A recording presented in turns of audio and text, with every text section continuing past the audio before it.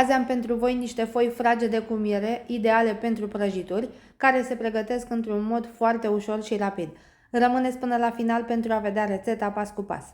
Spargem 3 ouă de mărime medie și le adăugăm într-un bol mai mare.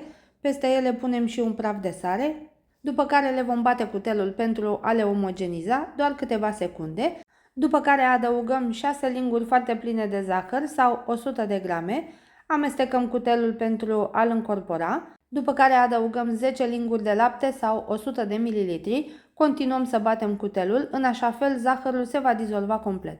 Tot acum adăugăm și mierea, sunt 4 linguri de miere sau 100 de grame. Vom bate 2-3 minute cu telul până când mierea este în totalitate încorporată în compoziție.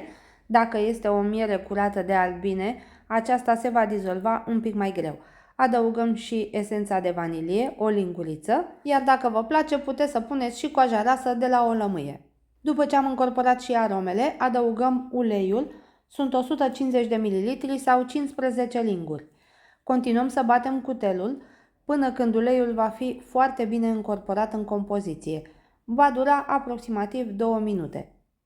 Apoi adăugăm o lingură de praf de copt și peste acesta, exact aici în compoziție, punem și 2 linguri de zeamă de lămâie. Nu este necesar să stingem praful de copt cu zeama de lămâie. Pe aceasta o punem doar ca să ajute la frăgezirea foilor. Acum începem să adăugăm treptat făina. Eu am folosit 620 de grame, însă, depinzând de umiditatea acesteia, poate va intra mai multă sau mai puțină. Depinde și de calitatea ei. Adăugăm treptat făina în compoziție și amestecăm cu telul atât cât ne permite aluatul. În momentul când acesta s-a îngroșat suficient, dăm deoparte telul și continuăm să adăugăm făină și să o încorporăm amestecând cu mâna. Așa arată aluatul după ce am terminat de încorporat făina. Acum presărăm puțină făină pe blatul de lucru, scoatem aluatul din bol și îl frământăm doar atât cât să îl formăm într-o bilă. Dacă observați că aluatul este lipicios, puteți să mai presărați puțină făină. Însă, după cum puteți vedea, acesta este foarte maleabil, este nelipicios și se lucrează foarte bine. Îl formăm într-o bilă, iar acum putem să îl acoperim cu folie alimentară sau cu un bol, lăsându-l aici pe blatul de lucru să se odihnească timp de 15 minute. După ce am descoperit aluatul, îi dăm formă de sul, iar apoi îl tăiem în 3 părți aproximativ egale. Dacă doriți, îl puteți și cântări pentru a scoate foile perfect egale.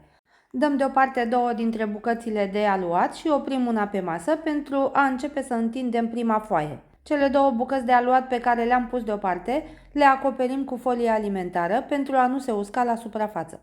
Îi dăm formă de bilă celei pe care am oprit-o pe blatul de lucru, apoi o așezăm pe foaia de copt, o aplatizăm ușor cu mâna, după care o întindem cu sucitorul într-o foaie dreptunghiulară cu grosimea de 2-3 mm. Între timp, preîncălzim și cuptorul la 200 de grade Celsius cu căldură de sus și de jos, iar după ce am terminat de întins foaia, o înțepăm din loc în loc cu o furculiță pentru a nu se umfla în timpul coacerii.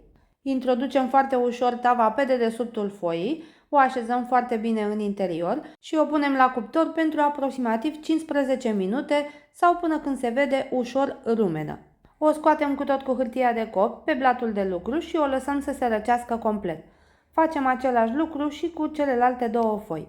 Iar după ce foile s-au răcit, le putem umple cu crema preferată. Eu de obicei le umplu cu o cremă fiartă pe bază de cacao. Dacă doriți să vedeți și rețeta de cremă, puteți să-mi spuneți în comentarii și am să vă las cu mare drag. Dacă v-a plăcut această rețetă, nu uitați să o distribuiți și cu prietenii voștri, pentru că întotdeauna cuiva îi poate fi de folos.